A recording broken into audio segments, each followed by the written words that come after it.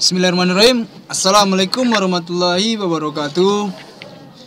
Kita panjatkan puji syukur kehadiran Allah Subhanahu wa taala yang berikan kita banyak nikmat, diantaranya nikmat kesehatan dan nikmat kesempatan. Dan tidak lupa pula kita panjatkan selawat kepada Nabi besar kita Muhammad sallallahu alaihi wasallam. Ya, di sini Bapak lagi masih dengan Bapak, yaitu Bapak Surya Densa Lubis, guru bidang studi matematika di SMK Swasta Teruna Padang Sidimpuan. Pada materi kita untuk pertemuan ini adalah yaitu transformasi bangun datar. Pada sebelumnya kita sudah belajar tentang mencari keliling dan luas pada bangun datar. Di sini kita akan belajar apa itu transformasi bangun datar. Oke, untuk penjelasannya nanti akan Bapak jelaskan lebih lanjut. Oke. Di sini tujuan pembelajaran kita setelah mempelajari kegiatan ini, Bapak harapkan siswa dapat menentukan hasil translasi suatu bangun datar, menentukan hasil refleksi suatu bangun datar, menentukan hasil rotasi suatu bangun datar, dan dapat menentukan hasil dilatasi suatu bangun datar. Ini tujuan pembelajaran kita. Oke, di sini ada transformasi. Apa sih itu Pak transformasi bangun datar? Oke, di sini akan Bapak jelaskan. Transformasi itu merupakan adalah aturan untuk mengubah ukuran atau memindahkan letak bangun datar dari suatu titik ke titik lain tanpa mengubah bentuk. Itulah dia transformasi. Apa tadi transformasi? Adalah aturan untuk mengubah ukuran atau memindahkan letak sebuah bangun datar dari suatu titik kita pindahkan ke titik lain, tapi dia tidak mengubah bentuknya. Nah, itulah dia transformasi. Transformasi ini terbagi dua, anak-anak kami sekalian. Ada dia transformasi isometri, itu ini. Bapak tulis di sini. Transformasi isometri ini adalah transformasi yang tidak menyebabkan perubahan ukuran. Oke, itu dia. Transformasi isometri ini adalah transformasi yang tidak menyebabkan perubahan ukuran. Apa dia contohnya? Seperti dia refleksi, translasi, dan rotasi. Kemudian ada dia transformasi tidak isometri. Transformasi tidak isometri itu transformasi yang menyebabkan perubahan ukuran. Nah, pada sebuah bangun datar itu dia. Jawabannya seperti dilatasi. Oke, di sini ada dua tadi transformasi isometri dan transformasi tidak isometri. Transformasi isometri ini dia ada refleksi, translasi, dan rotasi. Sedangkan transformasi tidak isometri dia ada dilatasi. Oke, di sini yang pertama yang kita bahas adalah yaitu translasi. Apa sih itu translasi? Translasi itu merupakan sebuah pergeseran pada bangun datar. Oke, itu dia. Maka di sini translasi atau penggeseran adalah salah satu jenis transformasi isometri yang bertujuan untuk memindahkan suatu bangun datar dengan jarak dan arah tertentu atau dengan cara digeser sehingga tidak mengubah bentuk dan ukuran bangun datar tersebut. Suatu operasi translasi bisa dinyatakan dengan bentuk sebagai berikut. Di sini ada titik P X, Y memiliki komponen A, B, maka hasilnya PXN X ditambah A, Y ditambah B. Atau nilai X titik X ini, nilai pada titik P yang X ini kita tambah dengan komponen A-nya, kemudian Y-nya juga kita tambah dengan komponen B-nya. Di mana A dan B adalah seberapa jauh sebuah titik bergeser. A adalah pergeseran untuk sumbu X. Jika positif bergeser ke kanan, jika negatif dia bergeser ke kiri. B adalah pergeseran untuk sumbu Y. Nah, itu dia. Jika positif bergeser ke atas dan jika negatif bergeser ke bawah. Nah, itulah dia tentang penjelasan translasi atau pergeseran anak-anak kami sekalian. Oke, di sini ada contoh Bapak buat. Contoh yang pertama, titik A berada pada koordinat 1,3. Maka di sini bisa kita simpulkan ya kami sekalian ya. Titik A berada pada koordinat 1,3, maka X-nya 1 dan Y-nya nanti 3 kan bisa dapat langsung ditentukan. Tentukan EXN bila dilakukan translasi oleh komponen 1 dan 3. Diketahui titik A-nya tadi 1,3 itu nilai X-nya 1 dan nilai Y-nya 3. Translasinya 1 dan 3. Yang ditanya hasil translasi, maka langsung saja titik A memiliki 1,3 dan komponennya 1,3, maka hasilnya kita ikuti rumus yang tadi yaitu AXN yang tadi dia X ditambah A, maka ini X-nya 1 dan A-nya 1, maka 1 ditambah 1, Y-nya tadi adalah 3 dan B-nya adalah 3. Maka 3 ditambah 3 sama dengan AXN-nya adalah 1 tambah 1, 2. Dan 3 tambah 3 adalah 6. Jadi AXN pada soal ini tersebut maka dapat dia 2,6. Oke, soal-soal ini belajar kita tentang transformasi ini agak sulit dan agak mudah ya anak-anak kami sekalian ya. Ada mudahnya, ada sulitnya. Itulah dia kalau kita belajar tentang transformasi bangun datar ini. Oke, untuk contoh nomor 1, ini menurut Bapak mudah dan bisa langsung dimengerti oleh anak kami sekalian ya. Oke, mudah-mudahan di sini anak-anak kami bisa memperhatikan dengan baik. Kita lanjut ke contoh yang kedua. Di contoh yang kedua ini agak berbeda mungkin ya. Yang tadi yang ditanya itu apa anak kami sekalian, ditanyalah translasi. Yang di sini yang diketahui translasi, kita lihat ya bentuk soalnya.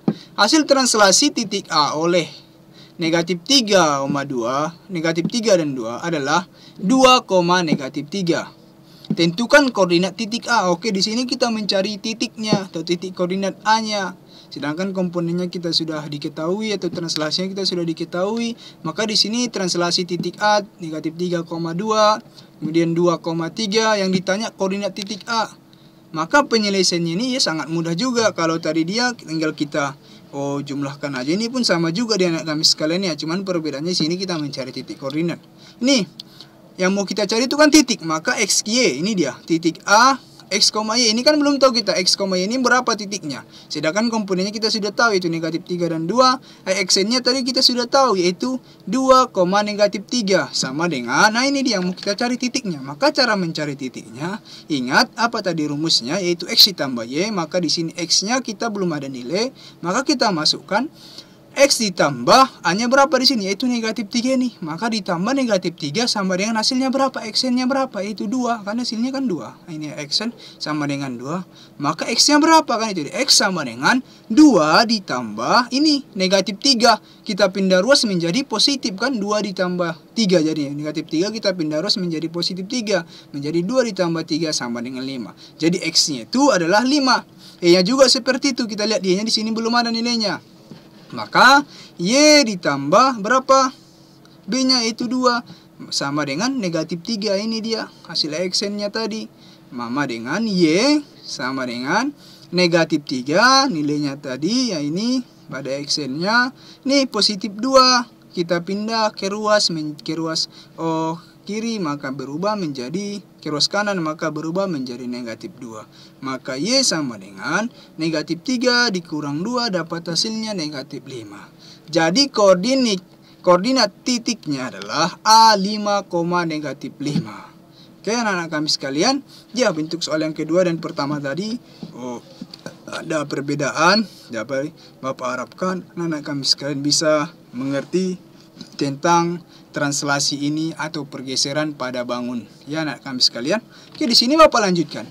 Yang kedua ada dia refleksi atau pencerminan. Apa itu Pak refleksi? Akan Bapak jelaskan. Refleksi adalah pencerminan suatu titik atau benda pada suatu koordinat kartesius. Suatu titik bisa dicerminkan terhadap banyak hal, bisa dia pada garis, bisa juga pada titik lain. Suatu pencerminan menghasilkan rumus yang berbeda. Nah, ini dia. Suatu pencerminan menghasilkan rumus yang berbeda. Ini contohnya di sini ada titik P X, Y. Ini refleksi terhadap Y sama dengan nilainya X menghasilkan VXN. VXN ini kita belum tahu. Untuk di sini anak kami sekalian, ini M ini mirror ya atau pencerminan. Di sini yang kadang berubah di Y sama dengan X ini dia berubah. Kadang dia di sini yang berubah-berubah ya. Maka refleksi terhadap sebuah bangun datar diperoleh dengan merefleksikan titik-titik pada bangun datar tersebut. Nah, sini rumus refleksi atau pencerminan. Nah, di sini agak banyak rumusnya anak kami sekalian ya. Tapi bisa tolong anak kami sekalian dihafal atau dipahami ya tentang rumus refleksi ini. Ini di rumus refleksi ini kita tinggal mencocokkan aja pada satu soal nanti kita tinggal mencocokkan mana yang cocok kita pakai pada rumus yang sesuai dengan soal tersebut itu di anak kami sekalian ya. Sini ada titik P A, B dicerminkan pada sumbu X, nanti P aksennya akan menghasilkan A, negatif B atau nilai A, nilai negatif B. Sumbu Y juga seperti itu. Apabila nanti dicerminkan pada sumbu Y, maka P aksennya menjadi negatif A, B. Itu dia. Ini seperti yang di sini anak kami sekalian ya. Seperti yang udah Bapak tuliskan pada slide ini. Nih, ini dia. Mana yang cocok nanti untuk rumus, untuk soal. Tengok di sini yang mana yang harus kita pakai rumusnya. Kita tinggal mencocokkan rumus pada soal yang diberikan saja anak-anak kami sekalian ya. Kalau mengerjakannya ini mudah saja. Cuman kayak Bapak bilang tadi ada sulitnya, ada mudahnya. Sulitnya karena kita ini menghafal rumusnya anak-anak kami sekalian ya. Langsung aja kita ke contoh soal. Di contoh soal yang pertama ini, titik A berada pada koordinat 2,7. Tentukan koordinat A, xn, bila direfleksikan terhadap titik O atau 0,0. Kita lihat di sini. Titik O 0,0 itu berapa? Yaitu ini, titik pangkal 0,0. Maka rumusnya yang kita pakai ini nanti. Yaitu titik P, A, B, dia titik dicerminkan pada titik pangkal itu menghasilkan nanti P aksen, yaitu dua-duanya bernilai negatif, yaitu negatif A, negatif B. Maka langsung saja di sini kita selesaikan, yaitu titik P-nya A, B, titik pangkal 0,0. Seperti rumus tadi, kita masukkan rumusnya menghasilkan nanti nilainya P aksen negatif A, negatif B. Kita lihat titik A-nya yaitu bernilai 2,7. Dan ini Bapak tulis refleksi terhadap titik O atau ini titik pangkal yaitu 0,0 tadi. Maka E aksennya berubah, kita lihat di sini. Yang tadi di sini P aksennya ini sama saja anak kami sekalian, tinggal Bapak rubah saja apa ya, tapi cara mengerjakan sama ya anak kami sekalian. Kita lihat di sini. Ini negatif A, nilainya di sini adalah 2, maka tinggal kita tambahkan saja tanda minusnya, yaitu menjadi negatif 2, di sini negatif B. Kita lihat B-nya 7 di sini, maka tinggal kita tambahkan saja negatif menjadi negatif 7. Jadi aksennya pada soal tersebut adalah negatif 2, negatif 7. Nah, itu dia anak kami sekalian ya. Seperti yang Bapak bilang tadi, kita tinggal mencocokkan soal pada rumus yang diberikan saja. Seperti dia cara mengerjakan refleksi atau pencerminan ini anak-anak kami sekalian ya. Oke, kita lihat di contoh yang kedua. Tentukan bayangan titik P yaitu bernilai 2 dan 4 jika dicerminkan terhadap sumbu X. Oke, yang ditanya lah sumbu X dicerminkan terhadap sumbu X. Kita lihat rumus sumbu X yaitu ini. Maka aksennya nanti itu A, negatif B. Maka kita buat P, A, titik P, yaitu A, B dicerminkan pada sumbu X. Ini rumusnya tadi.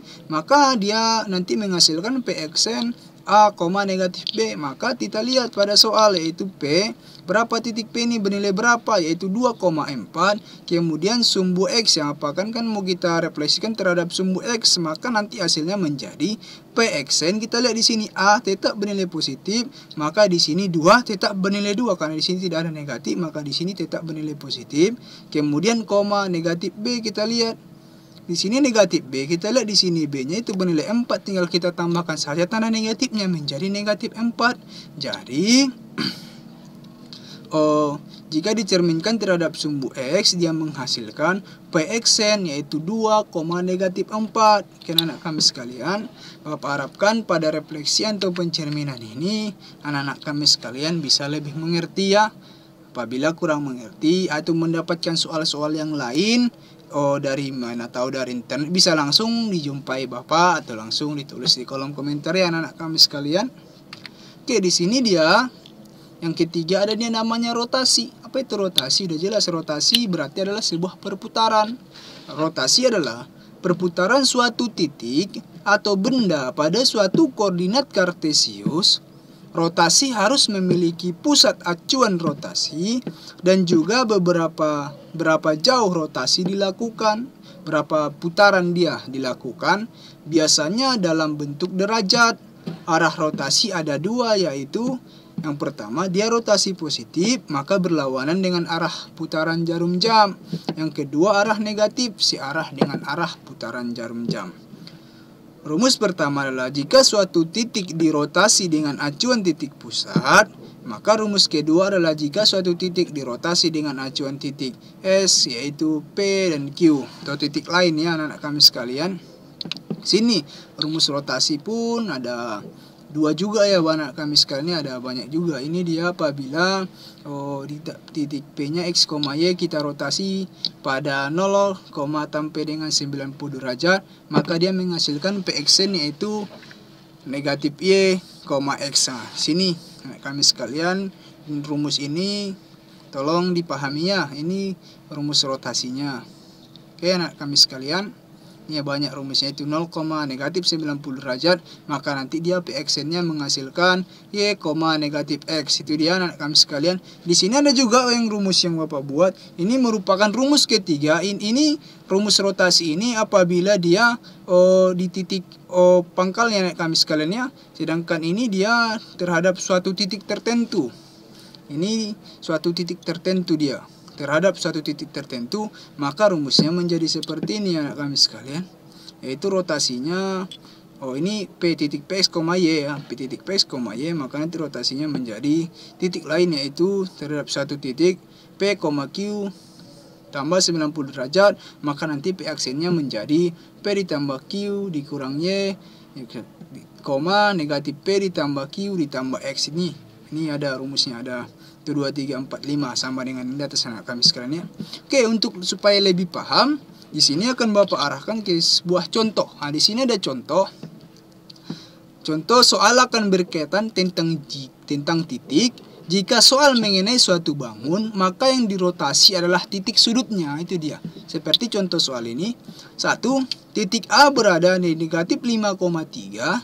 Kemudian, jika dirotasi terhadap sudut 90 derajat dan 180 derajat, tentukan dua bayangannya. Oke, maka di sini yang kita cari dia dirotasi terhadap sudut 90 dan sudut 180. Maka kita lihat berapa bayangannya anak kami sekalian. Yang ditanya tentukan dua bayangannya, oke? Kita lihat di sini, yaitu dia dirotasi 90 derajat. Kita lihat ini apa rumusnya. Maka ini dia, yaitu rotasi 0, tambah 90 derajat, maka dia nanti di sini P aksennya menjadi negatif Y, X. Maka kita langsung saja kita masukkan titik A-nya tadi, yaitu negatif 5,3. Kemudian dia kita rotasi, yaitu 0 sampai dengan 90 derajat. Maka aksennya tadi, itu rumus kita ikut rumus tadi, yaitu menjadi negatif Y, X. Nah, di sini Bapak buat, yaitu ini merupakan X dan ini merupakan Y. Oke, anak kami sekalian, Bapak ulang. Yang negatif 5 ini adalah X-nya, yang 3 ini adalah Y-nya. Maka untuk aksennya di sini yang pertama adalah negatif Y, X. Maka kita ambil Y di sini. Y di sini adalah negatif Y. Yang di Y di sini mana? Itu 3 tadi. Yang negatif 5 adalah X-nya dan 3 adalah Y-nya. Maka tinggal kita masukkan, karena di sini negatif Y dan di sini dia di Y-nya ada 3, maka kita tinggal tambah negatifnya saja, itu negatif 3. Kemudian X-nya berapa? X-nya ini yang negatif 5, sama negatif 5. Karena di sini negatif, nanti kita pindahkan tetap menjadi negatif. Maka aksennya pada sudut 90 derajat itu adalah negatif 3, negatif 5. Itu dia anak kami sekalian ya. Kemudian kita cari dia yang dirotasi kepada titik 0 sampai dengan 180 derajat. Maka dia kita masukkan titik A-nya. Titik A-nya tadi negatif 5,3. Kita lihat rumusnya. Rumusnya tadi, kalau dia 180 derajat menjadi negatif X, PXN-nya menjadi negatif X, negatif Y. Dua-duanya menjadi negatif. Maka di sini itu A negatif 5,3 dirotasi sampai dengan 180 derajat, maka menghasilkan Xn, yaitu negatif X, Y. Ini X-nya berapa? Yaitu X-nya ini tetap, ini X, ini Y. X-nya adalah negatif 5. Di rumus ada negatif X. Maka di sini kan negatif sama negatif, tinggal kita kalikan aja. Negatif dikali negatif kan hasilnya menjadi positif. Maka X-nya menjadi 5. Sedangkan di sini Y-nya adalah 3. Di sini di rumusnya negatif Y. Maka tinggal kita tambahkan saja negatifnya menjadi negatif 3. Jadi Xn-nya pada 180 derajat itu menjadi 5, negatif 3. Oke anak kami sekalian, Bapak harapkan pada soal tentang rotasi ini anak kami sekalian bisa paham. Apabila anak kami sekalian kurang paham, atau anak kami sekalian silakan cari contoh-contoh soal yang lain, contohnya dari internet, dipelajari. Dan apabila anak kami sekalian kurang paham, bisa langsung ditanyakan sama Bapak ya anak kami sekalian. Oke, di sini yang keempat atau yang terakhir yaitu dilatasi atau pergeseran ukuran. Nih, dilatasi ini adalah pergeseran suatu titik atau benda pada suatu koordinat kartesius berdasarkan suatu perkalian.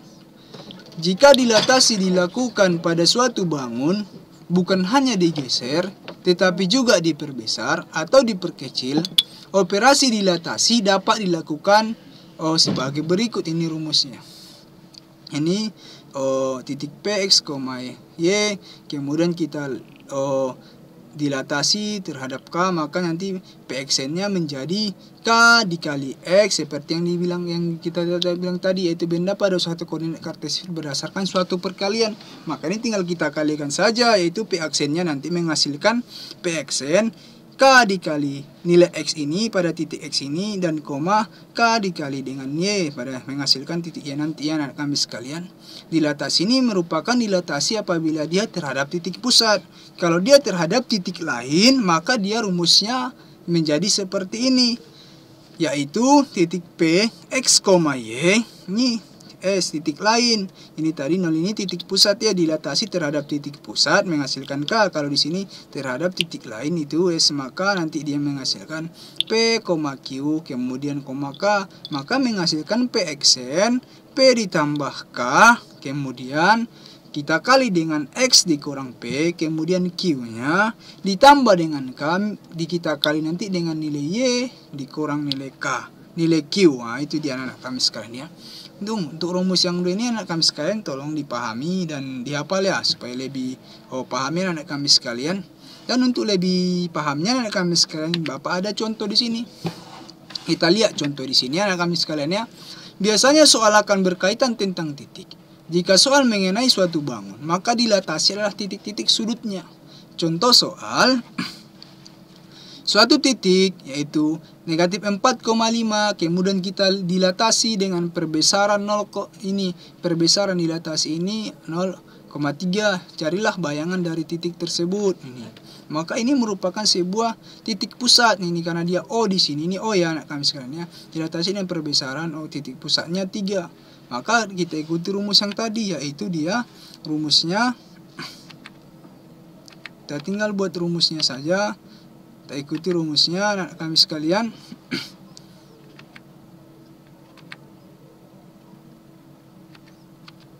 Nah ini, oke, dilatasi atau pergeseran ukuran. Oke, biasanya soal suatu titik kita dilatasi dengan perbesaran. Itu ini dia, titik ini merupakan sebuah pada titik pusat. Kalau titik pusat tadi bentuk soalnya menjadi seperti ini, yaitu P X titik P X, Y, kemudian kita dilatasi terhadap titik pusat K, maka menghasilkan PXN K dikali X, kemudian koma K dikali Y. Ini juga seperti ini contoh yang pertama, seperti tinggal kita masukkan rumusnya aja anak kami sekalian. Maka nanti dia akan menghasilkan titik P-nya berapa, yaitu negatif 4,5, kemudian dilatasi terhadap titik pusat K-nya itu K-nya 3 tadi ya, titik pusatnya 3, maka nanti menghasilkan PXN 3, K tadi K-nya berapa, yaitu 3, kita kali dengan X-nya, X-nya merupakan negatif 4, maka 3 dikali negatif 4, kemudian koma kita kali dengan K, K-nya berapa, K-nya adalah 3, kita kali dengan Y, Y-nya adalah 5, maka menghasilkan PXN 3 dikali negatif 4, negatif 12,15, 3 kali 5, 15. Jadi bayangan titiknya adalah PXN yaitu negatif 12,15. Ini dia untuk contoh soal yang pertama anak kami sekalian ya. Oke, kita masuk ke contoh yang kedua. Di contoh yang kedua ini diketahui titik P 3,4 dan titik A 1,3. Tentukan bayangan titik P oleh dilatasi, yaitu ini titik A, 2. Ini merupakan ini tidak merupakan sebuah titik pusat, ini merupakan titik lain ya anak kami sekalian. Maka nanti kita tinggal ikuti aja rumus mencari rumus yang titik lain tadi. Maka diketahui titik P-nya 3,4 atau X-nya sama dengan 3 ini. Y sama dengan 4 atau titik A 1,3 atau P-nya sama dengan 1 dan 3 kami sekalian. Kemudian dilatasinya terhadap titik lain yaitu A, 2 atau K sama dengan 2. Yang ditanya bayangan titik P. Maka kita langsung masukkan rumusnya saja, itu pada titik lain tadi, yaitu P titik P X, Y lain X, P, Q, K. Maka menghasilkan PXN P ditambah K dikali X dikurang P, Q ditambah K dikali Y dikurang Q. Maka kita lihat di sini titik P-nya berapa, yaitu 3,4. Ini dia. Terhadap titik lain A-nya menjadi 1,3 atau di sini P-nya menjadi 1, Q-nya menjadi 3 dan K-nya menjadi 2. Maka nanti ini akan menghasilkan PXN 1 ditambah 2. P-nya berapa anak kami sekalian? Ini P-nya ini yang di bawah ini.